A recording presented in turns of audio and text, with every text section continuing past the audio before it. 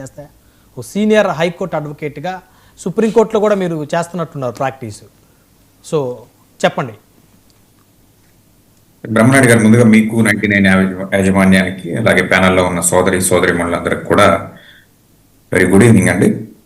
Supreme court లొంగిపోమన్నది అన్నది కేసులో ఆధారాలు ఉన్నాయనో, హత్యలో ప్రత్యక్షంగానో, ఈ జంట హత్యల కేసులో ప్రత్యక్షంగా లేదా పరోక్షంగా వీళ్ళ హస్తం ఉందనో ధృవీకరిస్తూ వీళ్ళని లొంగిపోయమని కోర్టు అయితే చెప్పడం జరగలేదు.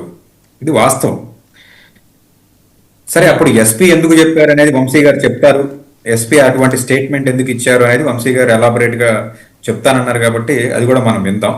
మరి పత్రికలు సహజంగా అందులోనూ మేజర్ పోర్షన్ ఏదైతే హోల్డ్ చేస్తున్నాయో అటువంటి పత్రికలు చంపిన వాళ్ళు, చనిపోయిన వాళ్ళు ఇద్దరు తెలుగుదేశం పార్టీకి సంబంధించినటువంటి కార్యకర్తలు, నాయకులు అని చెప్పేసి రాయడం అనేది ఇక్కడ చాలా అత్యంత హాస్యాస్పదం అవుతుంది. పిన్నెల్లి రామకృష్ణారెడ్డి బ్రదర్స్ ఎవరైతే ఉన్నారో, సోదరులు ఇద్దరు ఈ హత్యలో కుట్రదారులుగా ఉన్నారు అంటే ఆ పేపర్లు ఎందుకు పనికిరాని పేపర్లు అయ్యేటువంటి పరిస్థితి అయితే ఉంటుంది. లేదా వాళ్ళు చెప్పిన దాని ప్రకారమే అది నిజమైతే ప్రభుత్వం ఇంటెన్షనల్ గా ఎక్కడ ఏం జరిగినా, ఒక పిక్ పాకెట్ జరిగినా, డెకాయిటీ జరిగినా, లేకపోతే ఒక 100 రూపాయల దొంగతనం జరిగినా పిన్నెల్లి సోదరుల మీదే కట్టాలి కాబట్టి అక్కడ వాళ్ళ మీద అక్రమంగా కేసులు కట్టాలనే ఉద్దేశంతోనే కట్టారు అని చెప్పేసి, ఆ ఉద్దేశంతో ఉన్నారేమో అని చెప్పేసి వైఎస్ఆర్సీపీ పార్టీ వాళ్ళు చెప్తున్నట్లుగా మనం నమ్మినట్లయితే ఖచ్చితంగా కడతారు కదా. మరి డబుల్ మర్డర్ కేసులు అంటే మామూలు విషయం కాదు, ఎప్పుడో చాలా రేర్ గా జరిగేటువంటి విషయాలు. ఇటువంటి విషయాల్లో పిన్నెల్లి సోదరులను ఇరికించామనుకోండి, వాళ్ళ మీద ఒక మర్డర్ కేసు ఇద్దరి మీద రిజిస్టర్ చేసినట్టు ఉంటుంది. కాబట్టి వాళ్ళకి చేతనైనంత చక్కగా దాని కథని నేరేట్ చేసి ఇచ్చారు. దాన్ని సుప్రీంకోర్టు కూడా నమ్మేసి, హైకోర్టు నమ్మేసి ధృవీకరించేసింది అని చెప్పడం చాలా అత్యంత హాస్యాస్పదం. ఇక్కడ సుప్రీంకోర్టు చేసినటువంటి వ్యాఖ్యలు ఏంటంటే, మీరు ఏ విధంగానైనా సంపాదించండి, కేసు డైరీకి సంబంధించినటువంటి ఇన్వెస్టిగేషన్ కి సంబంధించినటువంటి కీలకమైన డాక్యుమెంట్స్ మీ చేతికి రెసిస్టెన్స్ లేకుండా అందినట్లు మాకు అనుమానంగా ఉంది. కాబట్టి మీరు పోలీసు విచారణని ఎదుర్కొని తీరవలసిందే. కాబట్టి మీరు వెళ్ళి ముందు ఇమీడియట్ గా చట్టాన్ని గౌరవిస్తూ ముందు పోలీసులకు 2 వారాల్లో లొంగిపోండి అని చెప్పింది మాట వాస్తవం. ఇది చెప్పింది సుప్రీంకోర్టు. ఇన్వెస్టిగేషన్ ప్రాసెస్ లో ఉన్నటువంటి కేస్ డైరీ ఏదైతే ఉందో అది మీ మీద అపవాదం ఉన్నప్పుడు, లేదా మీరు నిందితులుగా పేర్కొని ఎఫ్ఐఆర్ రిజిస్ట్రేషన్ చేసినప్పుడు మీ చేతికి అది ఏ విధంగానైనా రానివ్వండి, అది ఇన్వెస్టిగేషన్ కి కరెక్ట్ కాదు, ప్రాసెస్ కరెక్ట్ గా లేదు అని మాకు డౌట్ గా ఉందని చెప్పేసి సుప్రీంకోర్టు అభిప్రాయపడింది. దాని ప్రకారం వీళ్ళని వెళ్ళి లొంగిపోండి అని చెప్పేసి చెప్పిన మాట వాస్తవం అండి. దానికి తగ్గట్టుగా సుప్రీంకోర్టు చెప్పిన తర్వాత నేను గతంలో చెప్పినట్టుగా చట్టం ఎవరికైనా కానీ సమానమే.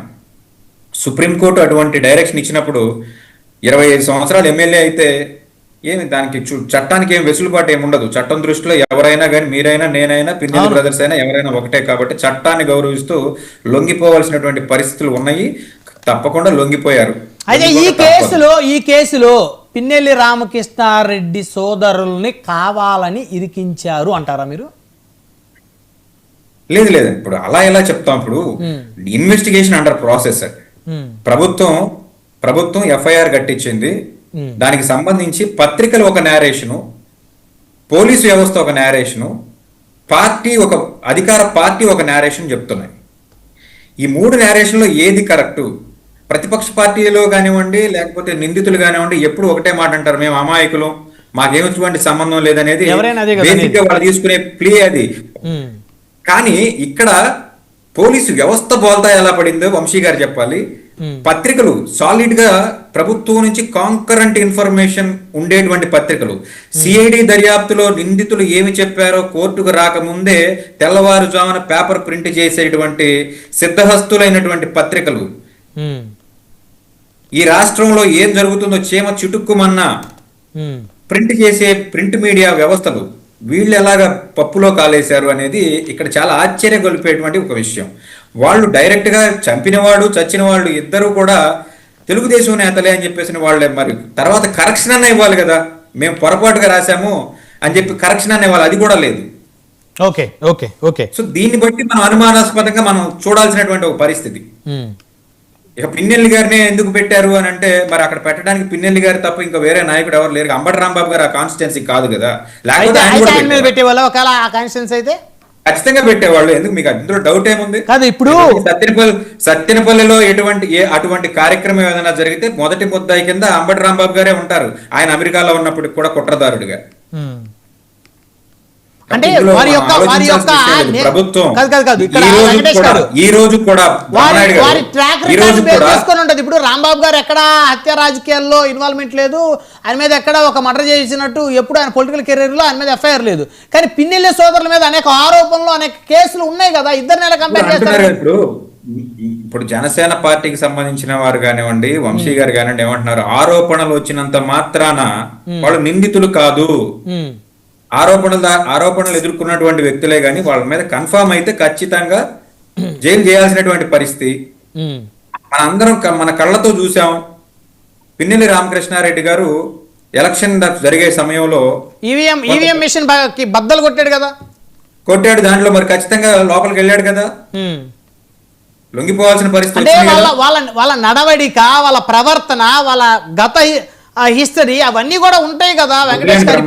ఇప్పుడు ఏమిటి ఒక విషయం, ఒక దొంగతనం జరిగితే